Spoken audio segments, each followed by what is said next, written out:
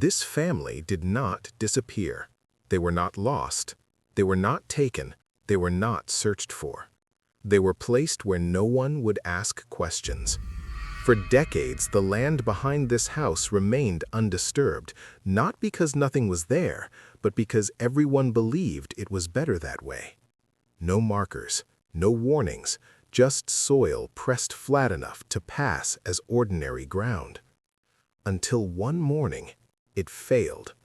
The collapse was small at first, a shallow depression behind the structure, barely wide enough to draw attention. Something beneath the surface had finally given way, not suddenly, but after years of weight pressing down on what was never meant to be permanent. When they dug into it, they expected debris. They found remains. Not one, not recent, and not alone. By the time authorities arrived, it was already clear this wasn't an accident. What lay beneath the ground had been placed there deliberately, carefully, and repeatedly. And the most disturbing detail wasn't what they found. It was that no one had ever reported these people missing.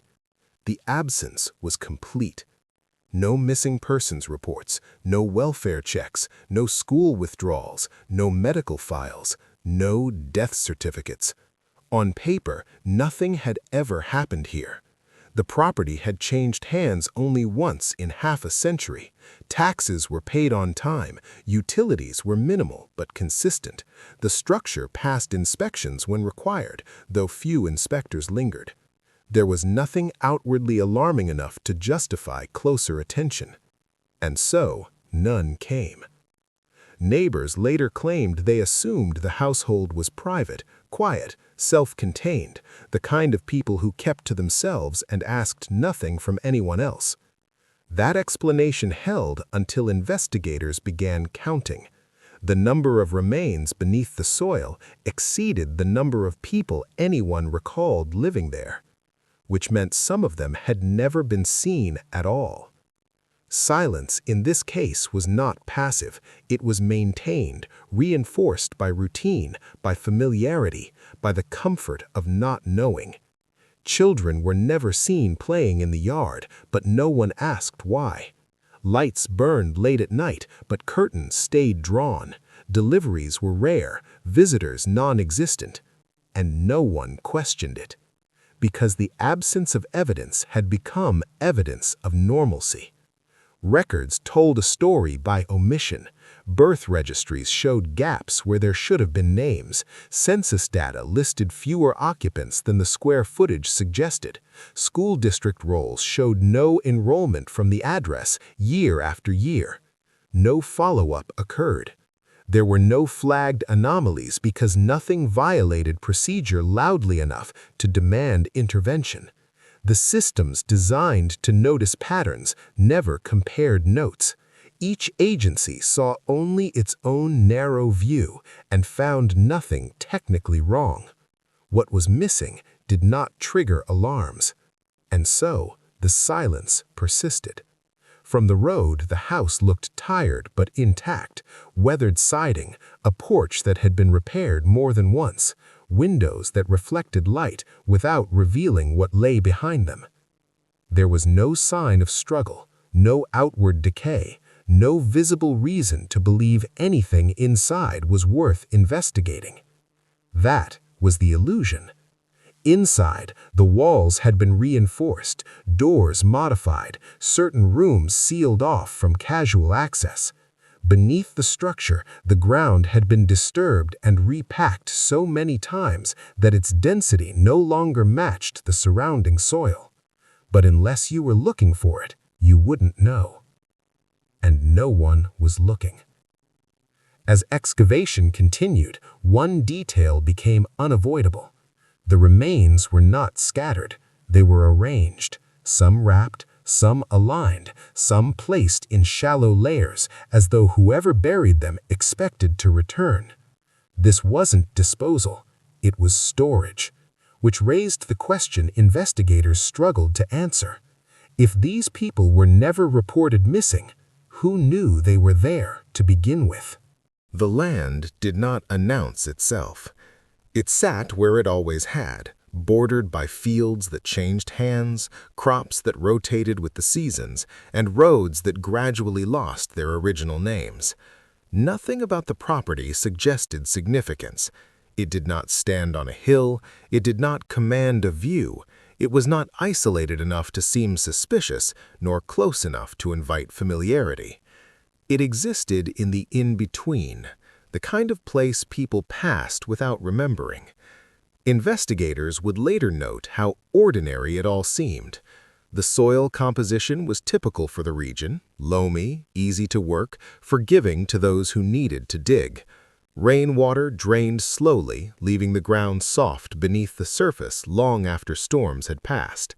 Roots grew shallow, foundations settled unevenly. The earth here yielded without protest. That mattered. Behind the house, the land sloped just enough to draw water away from the structure. It was practical, thoughtful, the kind of detail someone considers when they expect the ground to be disturbed more than once. The house itself faced away from the most open stretch of property. Windows were positioned for light, not for view. From certain angles, the building seemed to turn inward, as though designed to observe itself rather than the world beyond its walls.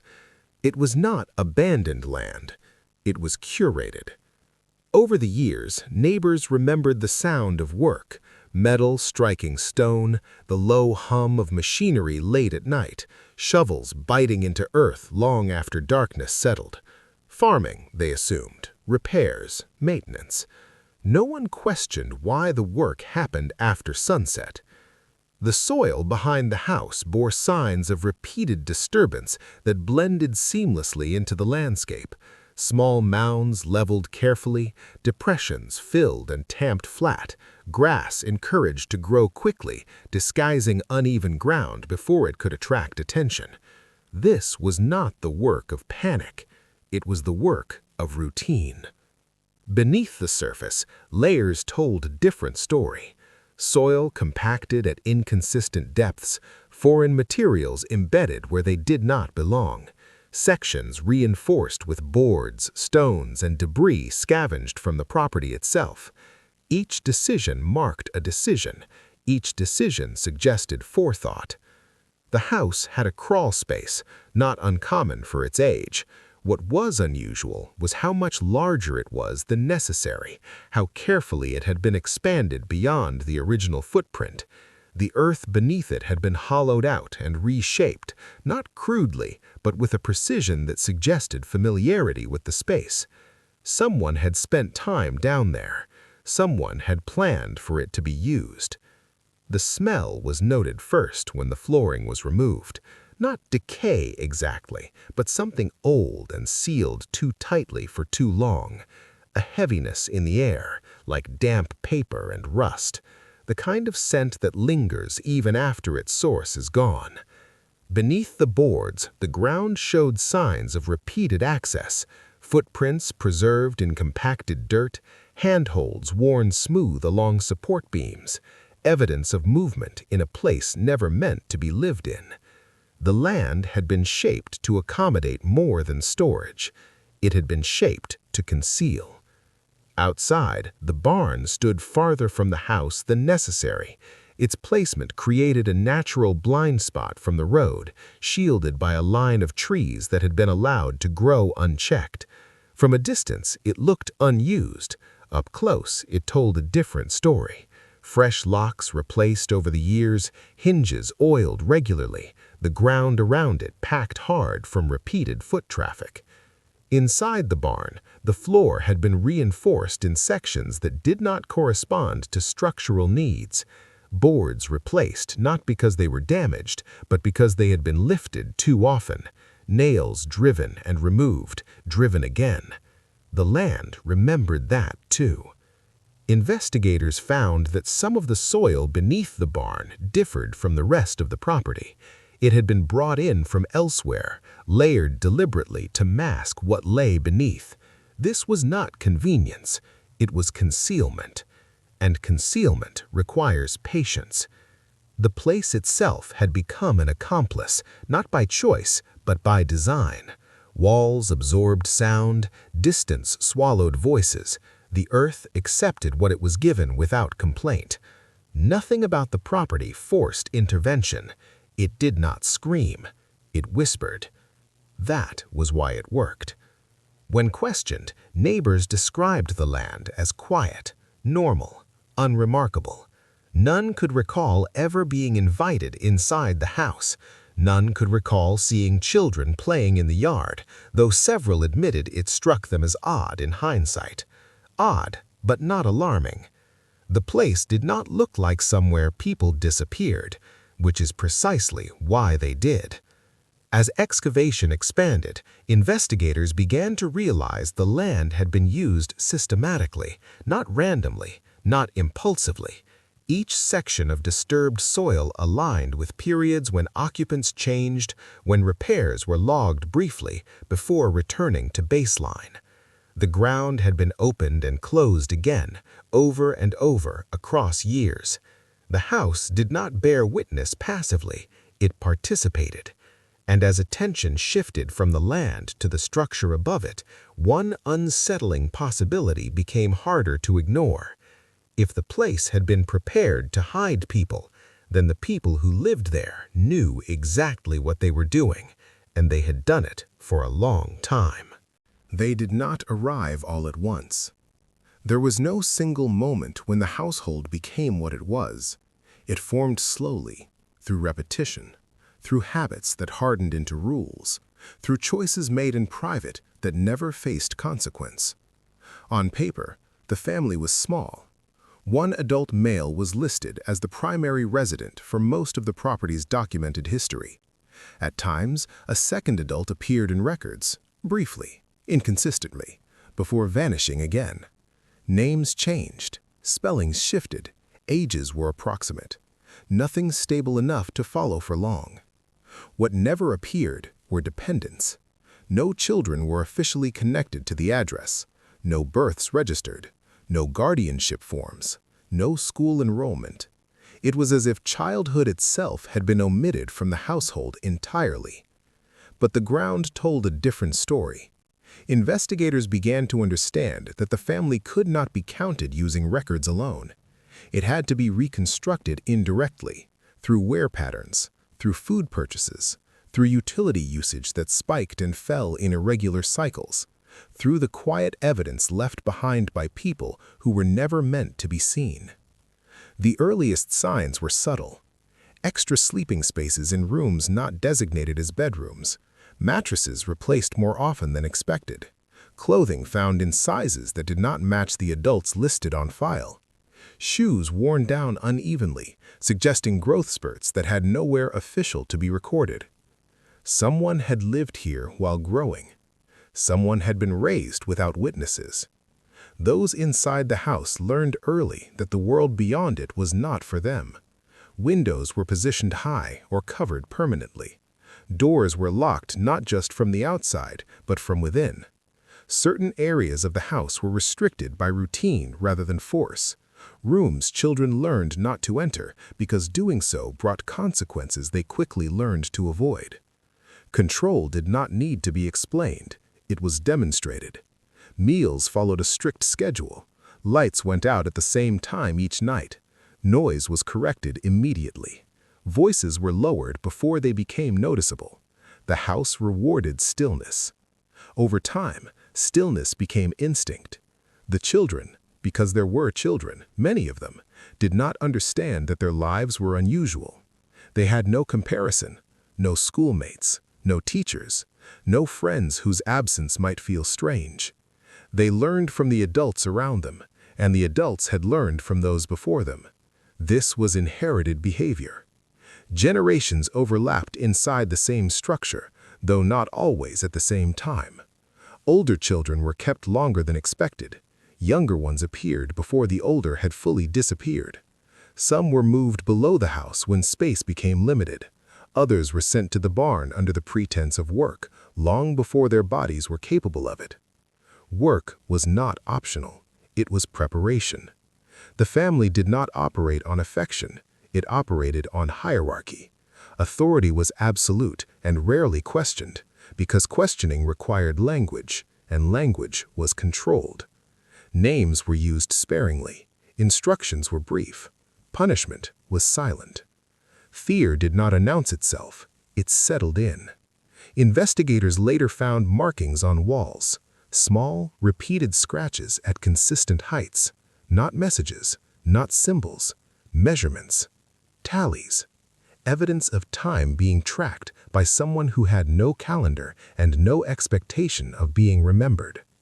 In one sealed room, beneath layers of newer paint, there were traces of writing, not words, shapes, attempts at forming letters that were never corrected, never encouraged to become legible. Someone had tried to leave proof. Someone had tried to learn. But learning was dangerous in a place built on concealment. The adults who maintained the household were not chaotic. They were methodical.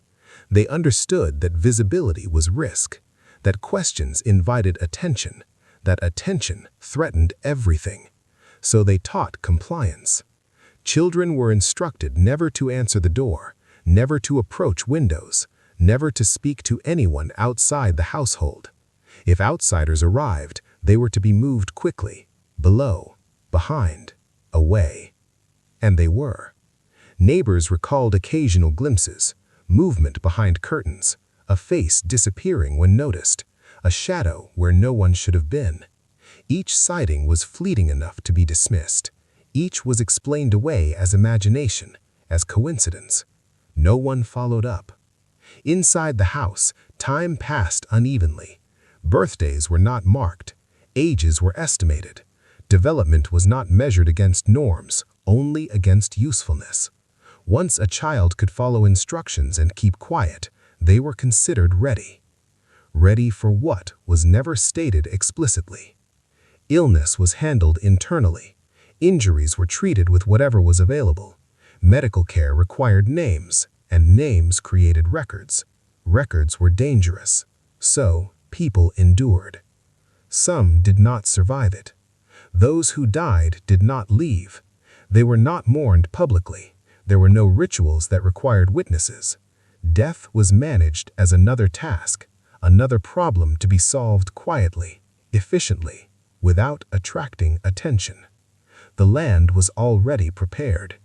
Children learned quickly that disappearance was permanent, that once someone was taken below, they did not return.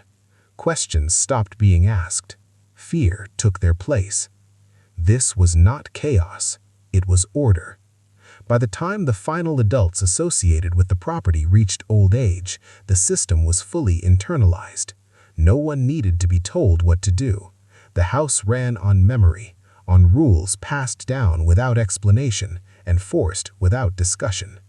And then, gradually, the household began to shrink, not because the practices stopped, but because there was no longer anyone left who knew how to maintain them fully. The routines faltered. Repairs became less precise. The ground was disturbed more hastily. Mistakes crept in. The family that had once existed entirely outside the system began to collapse under its own weight. Deaths outpaced concealment. Spaces filled faster than they could be prepared. And still, no one reported anyone missing, because no one knew who they were supposed to be looking for. By the time the final land finally gave way, the family had already been gone in every way that mattered. Except one. They were still there, waiting. The practices were never written down. There were no ledgers, no instructions pinned to walls, nothing that could be seized, copied, or used against anyone. What existed instead was repetition, actions performed often enough that they no longer felt like decisions. What began as necessity hardened into ritual. At first, the measures were small, keeping voices low, keeping doors locked, teaching children which floorboards creaked and which did not, explaining without explanation where they were allowed to stand and where they were not. Privacy was framed as protection. Isolation was framed as safety. The adults spoke of the outside world as something dangerous, unpredictable, hungry for interference. They described officials as people who took children away, who separated families, who asked questions that never led to good outcomes. Fear was introduced early, before curiosity had time to grow. And fear worked. Children learned not to ask why they couldn't leave, why they had no names beyond what was spoken inside the house, why the world stopped at the walls. The answers were always the same, delivered with enough certainty to discourage further thought. This is how it has to be. This is how it's always been. Over time, the house became its own closed system. Births occurred without witnesses. Infants were delivered in silence, attended by whoever happened to be present. There were no records, no dates. Age was measured in capability, not years. If a child survived infancy, they were kept. If they did not, they were removed quietly. The land had already been prepared to receive them. No one spoke of burial as burial. It was referred to as taking someone down, or away, or out back. Language softened the act, stripped it of permanence. Children grew up understanding what those phrases meant without ever hearing the truth spoken plainly. Death was normalized through absence. As space beneath the house filled, the barn took on a second function. At first it was storage, then shelter, then something else entirely. Boards were added and removed, sections reinforced, corners partitioned off from the rest of the structure. The barn was not meant to be lived in, but it was used anyway. Older children were moved there once they were strong enough to work and quiet enough to be trusted. They slept where animals had once been kept. They learned to move in darkness, to respond immediately when called, to disappear when necessary. Leaving the property was never discussed. There was nowhere to go. Medical care remained a risk the family refused to take. Injuries were treated with what little knowledge and supplies were available. Illnesses were endured. Some resolved, others did not. Those who did not recover were removed from daily life as if they had never been part of it. There were no funerals, no moments of grief that required witnesses, only a shift in routine. Meals grew quieter, sleeping spaces were reassigned, work was redistributed, and life continued. What investigators later pieced together suggested this system had been operating for decades, passed down from one generation to the next. The adults who enforced it had once been children inside it themselves. They had learned early that survival depended on obedience. By the time they reached adulthood, the rules no longer felt imposed, they felt necessary. Punishment was rarely physical. It didn't need to be. Isolation did the work more efficiently. Those who disobeyed were separated, kept below longer than usual, denied interaction until compliance returned. The fear of disappearance proved more effective than force. Children learned to police themselves. They learned to correct one another, to whisper reminders, to pull someone back from a window, from a door, from curiosity itself. The system sustained itself. Investigators found evidence of this in the smallest details. Food stores arranged to account for more people than officially lived there. Wear patterns on stairs leading below the house that suggested frequent use by small feet. Tools sized down, modified to fit children's hands. Someone had thought about this carefully. Someone had planned for continuity. As years passed, the household adapted to changing circumstances. When attention from neighbors increased, activity shifted to nighttime. When materials ran low, parts of the house were dismantled and reused elsewhere. When space became scarce, the land absorbed more. The secret was not a single act. It was a way of living. And it depended on one critical assumption. that no one would ever look closely enough to see the pattern forming. That assumption held until it didn't. The first crack came not from suspicion, but from neglect.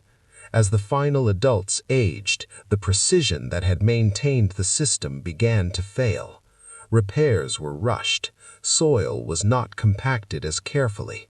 Structures sagged under their own weight. The ground remembered every disturbance, and eventually it refused to hold them any longer. By the time the collapse occurred, the practices had already ended, not because they were abandoned, but because there was no one left capable of continuing them. The house stood quiet in a way it never had before. No movement beneath the floors, no lights burning late into the night. Only stillness, the kind that comes after something has run its course. When the earth finally gave way, it did not reveal chaos. It revealed order. And with that order came a truth that could no longer be explained away as accident or coincidence. What had happened here was not momentary. It was deliberate. It had been sustained, and it had been hidden in plain sight. The silence did not break all at once. It fractured. The first response to the collapse behind the house was routine. A call logged as a minor ground failure, possible sinkhole, no immediate danger to surrounding properties. The kind of incident that rarely leads to more than temporary fencing and a brief inspection. At first, that was all it seemed to be. A shallow depression in the earth, no wider than a dining table, exposed roots, damp soil, the impression of something having settled unevenly after years of erosion. Officials on site expected to find rot beneath an old structure, maybe a forgotten cistern, maybe nothing at all. Then a shovel struck something that was not stone. The sound was wrong, duller, hollow, followed by resistance that gave way too easily. When the dirt was cleared back by hand, what emerged did not resemble debris. It was curved, pale, too smooth to be natural, too deliberate to be dismissed. Bone. Work stopped immediately. The area was cordoned off, though not tightly at first. There was hesitation, an unspoken resistance to naming what had been uncovered before there was no way to avoid it. The remains were partial, disarticulated, positioned too carefully to suggest animals or accident. Someone had placed them there. As excavation widened, more emerged, layers beneath layers, not scattered, not crushed, not disturbed by time in the way random burial tends to be. The soil around them had been tamped deliberately, compacted to slow decay, to preserve shape. This was not a single burial site. It was a system. The ground behind the house was peeled back in measured sections. Each revealed another placement. Some remains were wrapped in fabric long since degraded, leaving behind impressions in the soil like shadows. Others lay bare, positioned with intention, limbs aligned, skulls turned away from one another as if separation had been maintained even in death. The ages varied. Children, adolescents, adults, infants. There were too many to count quickly, too many for coincidence, too many for any explanation that did not involve time, repetition, and planning. As the scope of the site expanded, investigators realized the collapse had only exposed the edge. The burials extended beneath the house itself, beneath the barn, into areas that had never been properly surveyed. The land was saturated with history it had been forced to carry. Forensic teams moved slowly. There was no urgency in their pace, only caution. Each removal risked destroying context, and context was all they had. Without names, without dates, without records, these remains had to speak for themselves. Inside the house, the atmosphere shifted. What had once been described as quiet now felt dense. Rooms seemed smaller, hallways narrower. The absence of sound was no longer neutral, it pressed in. Floorboards were lifted, crawl spaces opened, Access points revealed themselves only once someone knew where to look. Beneath the house, the earth bore the same signs as the yard outside: repeated disturbance, careful concealment, and paths worn smooth by use. Someone had moved bodies through these spaces. Often. The barn revealed more of the same: reinforced sections beneath the floor, soil brought in from elsewhere to mask composition differences, boards that had been lifted and replaced so frequently they no longer fit cleanly. This was not a crime scene frozen in time. It was an operation that had evolved. As word spread through the town, the response was restrained. There were no crowds, no spontaneous gatherings, no visible shock. Curiosity existed, but it was muted, filtered through disbelief and a careful distance. People watched from their porches. They did not approach. Statements gathered from neighbors followed a familiar pattern. No one remembered children living there. No one had seen anything that concerned them enough to act. Everyone assumed the household was private, different, eccentric. No one wanted to admit how much they had ignored. As remains were cataloged, a pattern began to emerge. The placements corresponded loosely with periods when the household appeared more active: utility spikes, increased supply deliveries, repairs logged with local tradespeople who never entered the house itself. The land had been used in cycles: birth, containment, labor, disappearance, again and again. The most unsettling discovery came not from what was found, but from what wasn't. There were no signs of haste, no evidence of panic or cover-up in response to outside pressure. The burials showed no indication that they were meant to be temporary. This was not concealment driven by fear of discovery. It was concealment driven by expectation. The expectation that no one would ever look. When the final count was estimated, investigators stopped short of providing a definitive number. Too many remains were incomplete, too many identities unrecoverable, too many years unaccounted for. Some individuals could be linked genetically, others could not. Entire lives had passed without documentation, without recognition, without consequence. The house was declared uninhabitable, the property seized. Excavation continued long after the initial discovery, spreading outward, downward, into spaces no one had ever thought to examine. Each layer removed answered one question and raised several more. Who had known? How long had this been happening? And how had it ended without anyone noticing? The silence had broken, but it had done so too late to hold anyone accountable. Those responsible were already gone. What remained was evidence without witnesses, bodies without names, and a town confronted with the reality that an entire family lived, suffered, and died beneath their feet without anyone demanding an explanation. And as the investigation pressed forward, one truth became increasingly difficult to ignore. This was not just about what was buried. It was about how long it had been allowed to stay that way.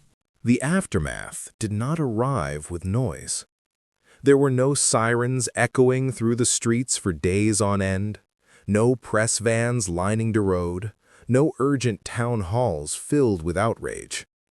What followed the discovery was something quieter, and in many ways more unsettling: administrative response.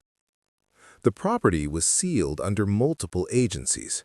Fences went up, notices were posted, official language replaced speculation. What had once been a home was now a site, reduced to coordinates and case numbers. For a brief moment, attention sharpened. Investigators rotated in and out. Forensic specialists worked beneath temporary shelters. Soil samples were labeled, stored, transported. Bones were cleaned, measured, photographed. Then the pace slowed. Resources were finite. Jurisdictional questions emerged. Records were requested and returned incomplete. Some were missing entirely. Others contradicted one another in small but significant ways. There was no central narrative to anchor the case. Without living suspects, the investigation became an exercise in reconstruction rather than prosecution. Each new finding added weight but offered no direction. There was nowhere for accountability to land. The house itself was dismantled piece by piece, not as demolition but as evidence processing. Walls were stripped, floors removed. What could be cataloged was cataloged. What could not be explained was archived. When nothing more could be extracted, the structure was condemned. The barn followed. By the time the last remains were removed, the land bore little resemblance to what it had been. Excavation scars marked the ground in uneven patterns, like the memory of something once rooted there. Families of the unidentified were notified where possible, though in many cases there were no families to notify. Genetic profiles were entered into national databases, but few matches surfaced. The people buried there had existed entirely outside the system meant to remember them. In town, life resumed with uncomfortable speed. Conversations shifted, businesses reopened, children went back to school. The road past the property was cleared. New residents asked questions that long-time locals answered vaguely. Most avoided the subject altogether. There was an unspoken agreement not to linger on details, to frame the discovery as an anomaly rather than a failure of collective awareness. The narrative that settled in was one of inevitability. No one could have known, nothing could have been done. It was easier that way. Some residents resisted even that acknowledgement.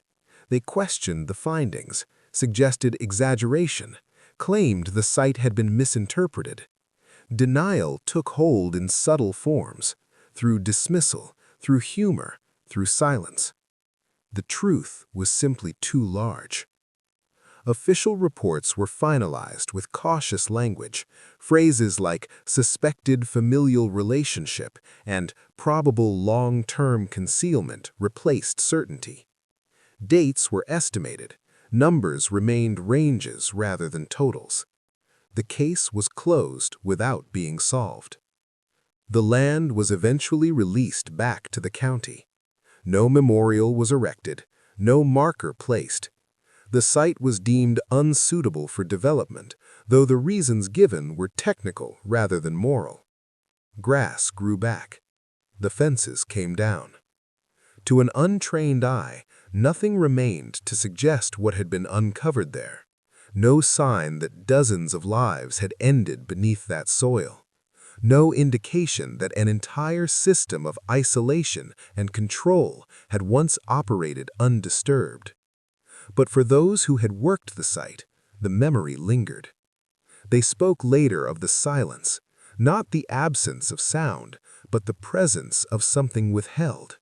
A sense that the land had been carrying its burden for so long it did not know how to let it go.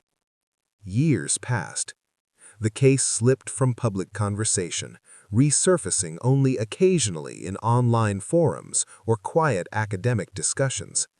It became a reference point, a footnote, a cautionary example stripped of its human weight.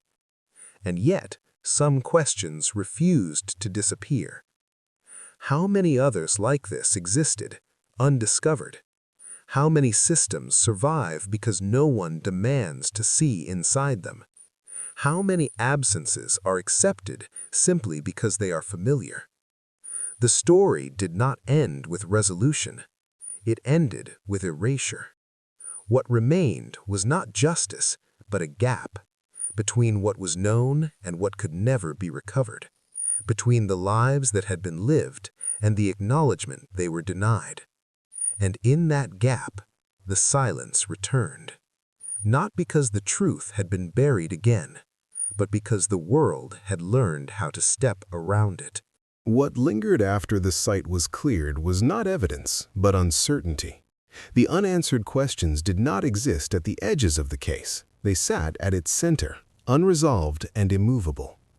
Every attempt to close the file only exposed how much had never been understood. There was no clear beginning. Investigators could not determine when the first child was born in isolation or when the first burial occurred. The earliest remains offered only broad estimates, decades wide.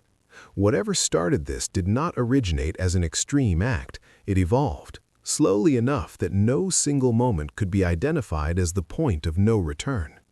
There was no clear authority figure. No journals named a patriarch or matriarch, no evidence established who enforced the rules and who merely obeyed them. Control appeared distributed, absorbed by each generation, and passed down without formal instruction. Responsibility blurred until it dissolved entirely. There were no records of resistance. Not because resistance never existed, but because it left no trace.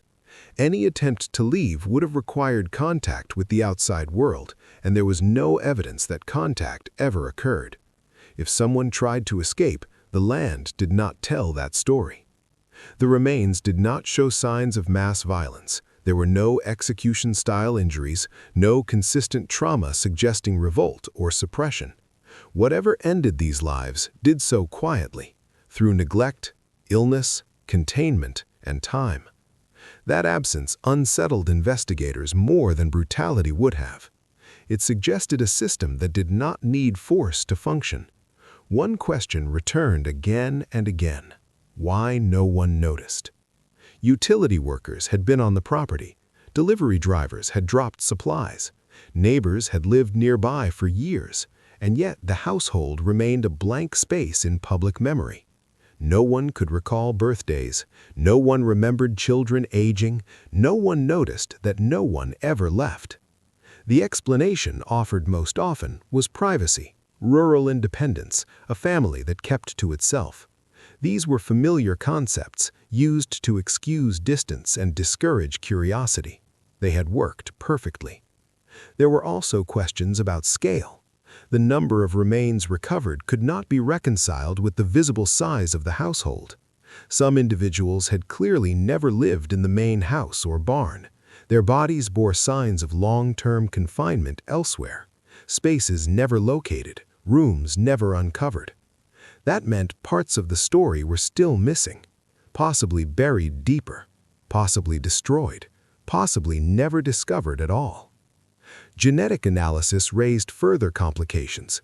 Relationships between some of the remains suggested patterns of reproduction that could not be explained by traditional family structures. But without names, without dates, without testimony, the findings remained scientific observations rather than legal conclusions. No charges could be filed, no culpability assigned, no formal reckoning reached. The case was archived as closed, but it did not feel finished. Those who studied it later described a particular discomfort, not from what was known, but from what the evidence implied. That this kind of isolation did not require secrecy in the dramatic sense.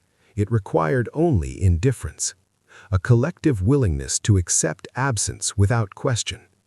The family had not hidden underground. They had hidden in plain sight. The unanswered questions did not accuse a single person or institution.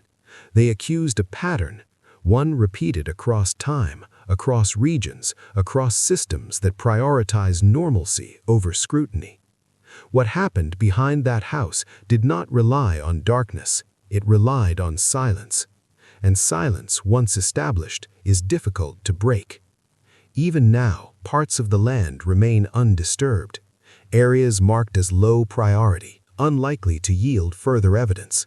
They sit untouched, not because they are believed to be empty, but because the effort required to search them can no longer be justified. The investigation reached its limit. The truth did not. What remains buried is not only what lies beneath the soil, but what lies beneath the assumptions that allowed it to stay there for so long. What lingered after the site was cleared was not evidence, but uncertainty. The unanswered questions did not exist at the edges of the case. They sat at its center, unresolved and immovable. Every attempt to close the file only exposed how much had never been understood. There was no clear beginning. Investigators could not determine when the first child was born in isolation or when the first burial occurred. The earliest remains offered only broad estimates, decades wide. Whatever started this did not originate as an extreme act. It evolved, slowly enough that no single moment could be identified as the point of no return. There was no clear authority figure. No journals named a patriarch or matriarch, no evidence established who enforced the rules and who merely obeyed them. Control appeared distributed, absorbed by each generation, and passed down without formal instruction. Responsibility blurred until it dissolved entirely. There were no records of resistance. Not because resistance never existed, but because it left no trace. Any attempt to leave would have required contact with the outside world, and there was no evidence that contact ever occurred. If someone tried to escape, the land did not tell that story. The remains did not show signs of mass violence. There were no execution-style injuries, no consistent trauma suggesting revolt or suppression. Whatever ended these lives did so quietly, through neglect, illness, containment, and time. That absence unsettled investigators more than brutality would have. It suggested a system that did not need force to function. One question returned again and again: why no one noticed? Utility workers had been on the property. Delivery drivers had dropped supplies. Neighbors had lived nearby for years, and yet the household remained a blank space in public memory. No one could recall birthdays. No one remembered children aging. No one noticed that no one ever left. The explanation offered most often was privacy, rural independence, a family that kept to itself. These were familiar concepts used to excuse distance and discourage curiosity. They had worked perfectly. There were also questions about scale. The number of remains recovered could not be reconciled with the visible size of the household. Some individuals had clearly never lived in the main house or barn. Their bodies bore signs of long-term confinement elsewhere, spaces never located, rooms never uncovered. That meant parts of the story were still missing, possibly buried deeper, possibly destroyed, possibly never discovered at all. Genetic analysis raised further complications. Relationships between some of the remains suggested patterns of reproduction that could not be explained by traditional family structures. But without names, without dates, without testimony, the findings remained scientific observations rather than legal conclusions. No charges could be filed, no culpability assigned, no formal reckoning reached. The case was archived as closed, but it did not feel finished. Those who studied it later described a particular discomfort, not from what was known, but from what the evidence implied. That this kind of isolation did not require secrecy in the dramatic sense. It required only indifference, a collective willingness to accept absence without question. The family had not hidden underground. They had hidden in plain sight. The unanswered questions did not accuse a single person or institution. They accused a pattern, one repeated across time, across regions, across systems that prioritize normalcy over scrutiny. What happened behind that house did not rely on darkness. It relied on silence. And silence, once established, is difficult to break. Even now, parts of the land remain undisturbed. Areas marked as low priority, unlikely to yield further evidence. They sit untouched, not because they are believed to be empty, but because the effort required to search them can no longer be justified. The investigation reached its limit. The truth did not.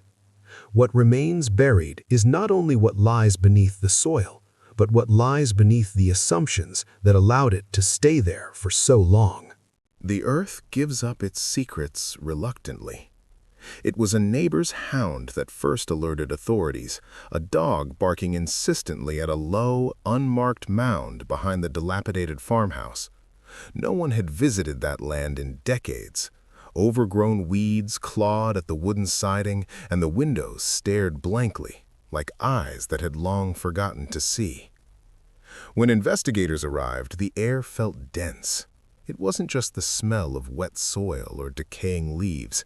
It was the silence pressing down, thick and patient. They dug, slowly, carefully. The first thing they found were the fragments of life that had been walled into the earth. A child's shoe, mottled by years underground, its laces knotted and frayed. Then another, and another. Small hands, small feet, small remnants of existence that had vanished from census records, from the memory of the community, from the world. The farmhouse itself offered no clue. Rooms were coated in dust, cupboards hung open, the furniture sagged under the weight of abandonment. But behind the house, the soil, the hidden pit, it told the story no one had the courage to speak aloud. Forensic teams worked with the patience of surgeons, unearthing a family that had never been reported missing. Names would eventually be assigned, dates, ages. But in that moment, the truth was a stark, unblinking presence, a silence broken only by the scraping of shovels and the whispered horror of those who had come to see. It was not just what had been buried, it was what had been forgotten. And in the unearthing, the town had no defense against its own memory. Once the bodies were exposed to light, the shock reverberated like an earthquake through the town. Questions that had lain dormant for decades came rushing forward. How had no one noticed? How had no one spoken? Authorities pieced together fragments of a life lived entirely in isolation. Neighbors recalled the family vaguely, like ghosts at the edge of their vision. Children who never attended school, adults who never ventured beyond the property line. Curiosity had never turned into concern. Concern had never turned into investigation. The courthouse held files that should have existed, but didn't. Birth records, tax records, death certificates, gaps everywhere. A pattern of erasure, deliberate or accidental, that had allowed this family to exist unseen. The community reacted in different ways. Some recoiled, speaking in whispers behind drawn curtains. Others attempted to forget again, as if burying the truth a second time could undo the horror. Journalists came, cameras in tow, but the story resisted simplification. There were no neat narratives, no singular villain, just generations of control, fear, and silence. Counselors worked with those who had witnessed the aftermath, the neighbors, the first responders, even the forensic teams. Trauma, it seemed, did not respect distance. It traveled across time, digging into anyone who came too close to what had been hidden. And in the midst of it, the house remained, empty, but still holding echoes, still watching. The soil behind it still bore the imprint of lives erased, the weight of a story no one had been ready to confront. Some questions will never find answers. Why did the family disappear from all records? Who, if anyone, knew the full extent of the isolation? Were there whispers, warnings, or signs that were ignored? Why had this gone unnoticed for generations, not days, not months, but decades? Legal systems could prosecute no one. Communities could mourn no one fully. The family's existence remained partially myth, partially documented horror. And still, the land holds them.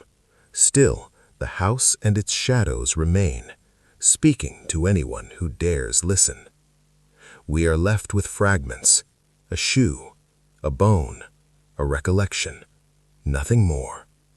And in the quiet of the night, when the wind moves through the trees behind that house, there is a sound like sighing, a family that lived, suffered, and vanished, and a question that will never leave those who uncover it. How many more are out there, hidden by the earth, unseen, forgotten, waiting for someone to dig? The darkness does not close. It waits.